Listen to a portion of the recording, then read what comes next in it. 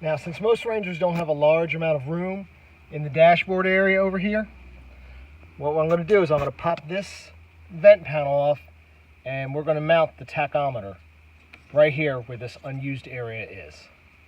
Now, to pop it off, all you need is a flathead screwdriver, and along here, right along the edge, there are 3 plastic clips inside on the bottom, and there's 3 on the top.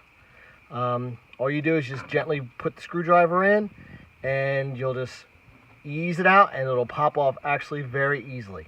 I'll see if I set up the camera so you guys can see this in action. Now, to remove this, you might want to use an old hat or something that you can put against this. But if not, I don't mind. My truck's old, so I'm just going to kind of get this screwdriver under here. And let's see if we can get this off. There it goes. Just kind of work your way along the edge. There we go. 1, 2, 3 off the bottom. The 3 on the top are kind of harder to get to once the bottom is loose. But I found if you just kind of wiggle it and pull it a little, it's not that bad. Let's see if I can get the screwdriver up in here.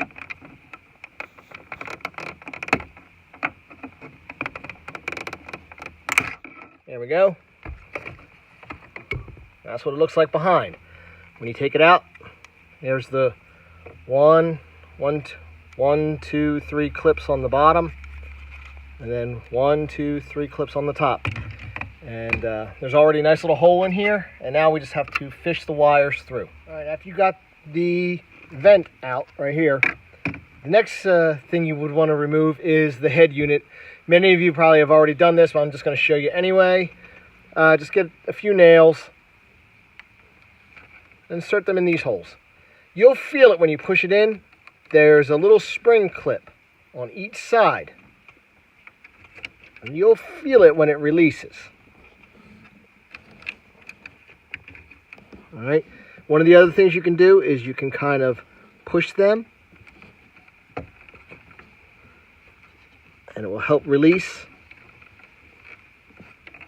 And that's pretty much how it comes out. And go ahead and I'll pull these nails out, and I'll show you what the spring clip looks from the side. This is not a Ford F-150. This is a Ford Ranger.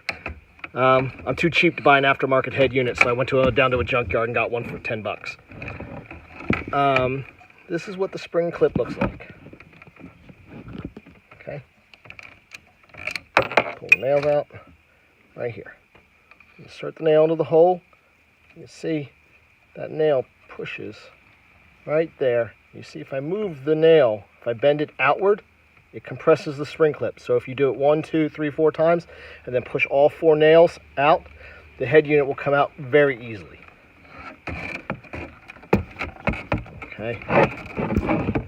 So what that allows you to do is you can unplug the radio from this. After that, there's the 2 plugs here and then your antenna here. But that opens this up to where there's lots of room now, to where you can easily fish your wires through without having to take the whole dash apart. All right, now that we got the vent out, I want to show you a little something that you can do to make a nice little case for it or whatever. You don't have to cut this. You can remove that.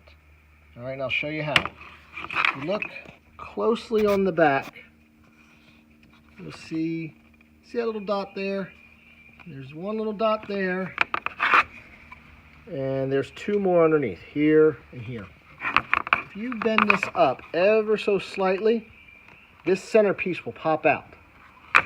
Okay. Let me show it to you.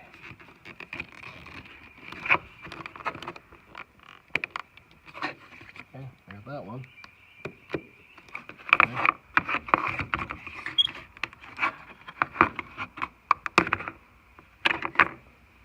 There you go.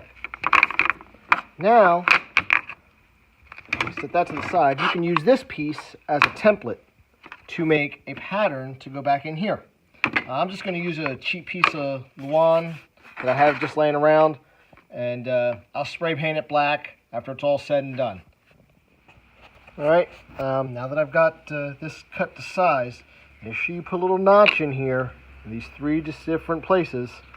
That way when it comes time to put this in or take it back out, you can still depress these pins, these little push tabs, okay?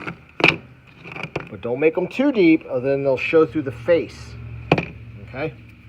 All right, now what we're going to do is we're going to cut the hole for the tack. Now this is the packaging that it came in, and I just cut the circle on the outside a little bit smaller. It's a very, very close fit from top to bottom. This was a 2 5/8 size tack. If I could have done it differently, I would have gotten a smaller tack. That would have been easier to fit into this panel. But that was all Advanced Auto Parts had at the moment. So we're just going to have to deal with this. And more than likely what I'm going to do is after I cut it, I'll put some strips of wood behind it, something to beef it up a little. And we'll just go from there. But take your time doing this. And take your time doing this.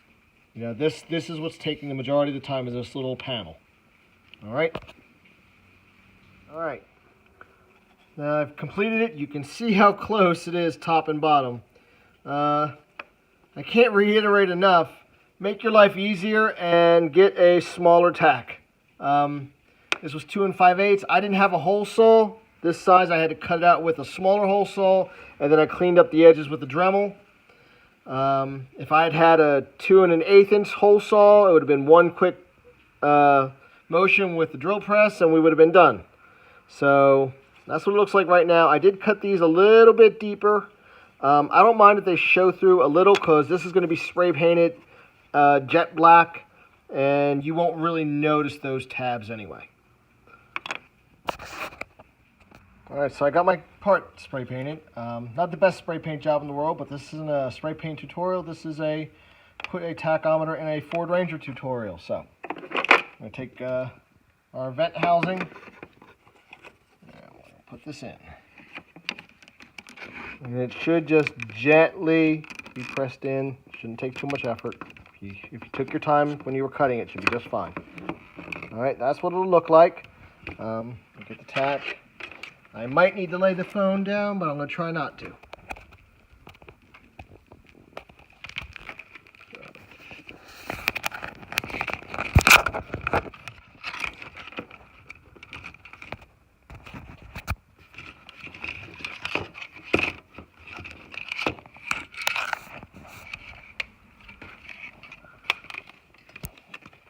Here we are. That's about right. Push that in. And it's just tight enough to where I don't feel like I need any glue or adhesives or anything like that. I mean, I can always add them later. But for right now, that's basically what it's going to look like when it goes in the dash. Alright, next stop, wiring. Alright, now when it comes to wiring, first thing you need to do is find your tachometer lead. If you look right down here in your engine bay, there's this little thing right here. If you give that a good tug, that is the lead for your tack. All the wiring harnesses have them. It's just depending on your options, you may or may not have had that. But the wire is there. It's, if I can get it out here. It is beige with the yellow line. You can see it clearly there. And what I'm going to do for power on mine is I'm planning on removing this little cover. Okay, and this is the line to my amplifier. I'm going to remove this and just put in an inline 15 amp fuse. It's just nothing. I think it's better than just jamming it in the fuse panel. And I'm planning on, I don't know if I can hold it. I'm planning on using this as my ground, or maybe this one. Doesn't matter. All right. So here we are back in the truck, and for better or worse, I decided to pull out the fish tape to try to run these wires. I think it's the best way to do it. Just tape up your wires, and you can see I've pulled it down through Here it is back in here. There it is down on the floor. So that's how I'm going to try to pull the wires through. Hopefully that'll work better than anything. If you don't have a fish tape, wire coat hanger will work just as well. All right, so here we are now. I've got all the wires pulled through. I had to change my plan on a couple things. Here's the wire from the Tack. I crimped it in nice and neat to that. And my plan is just to tape it up and plug it back into where it was, just to keep it up. I'll zip tie all these. Here's my inline fuse. I have it connected right here, inline fuse, all the way down, deep down in there where you can't see. Okay, I'm not going to use these for my grounds, as I originally thought I would earlier.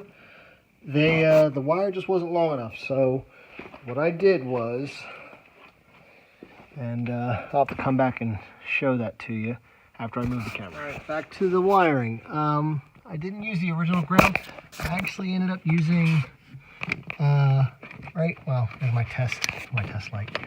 This bolt right here, I had used that as a ground many years ago for some other project. It's the bolt that supports the firewall for the brake pedal. I hope that's coming through clearly. And now I'm getting ready to wire up the lights. So what I've done is I popped the dash, just this cover off. I'm not taking out the whole dash, just pop that cover off. And then I took out my light switch. That was just a couple screws. It took a 7mm nut driver to get them out. And what I did was I just randomly picked one of these wires. I picked this light blue with a red stripe. And it just so happened that it was a wire that connects to the light on the radio. So if you want to do the same thing, light blue with a red stripe, you can see where I punched a little hole in it to test it.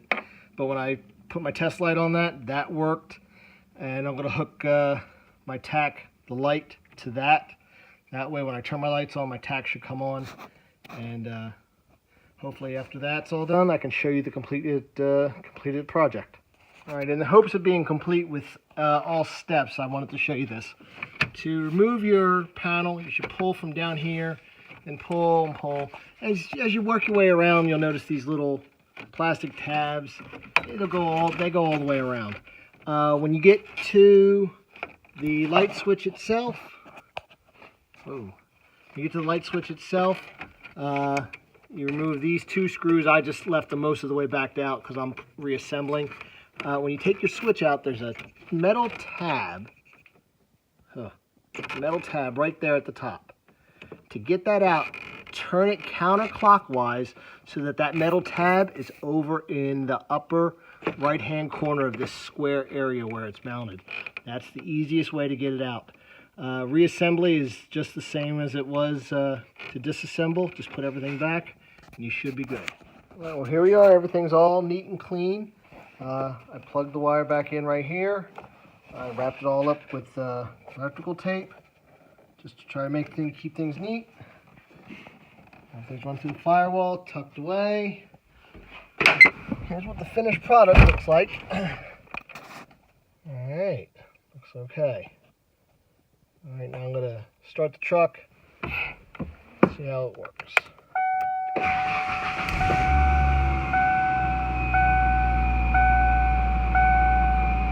I'm going to turn off this light.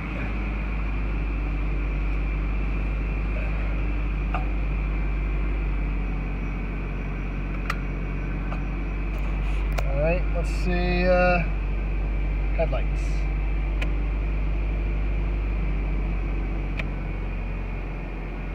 Alright. And lights off.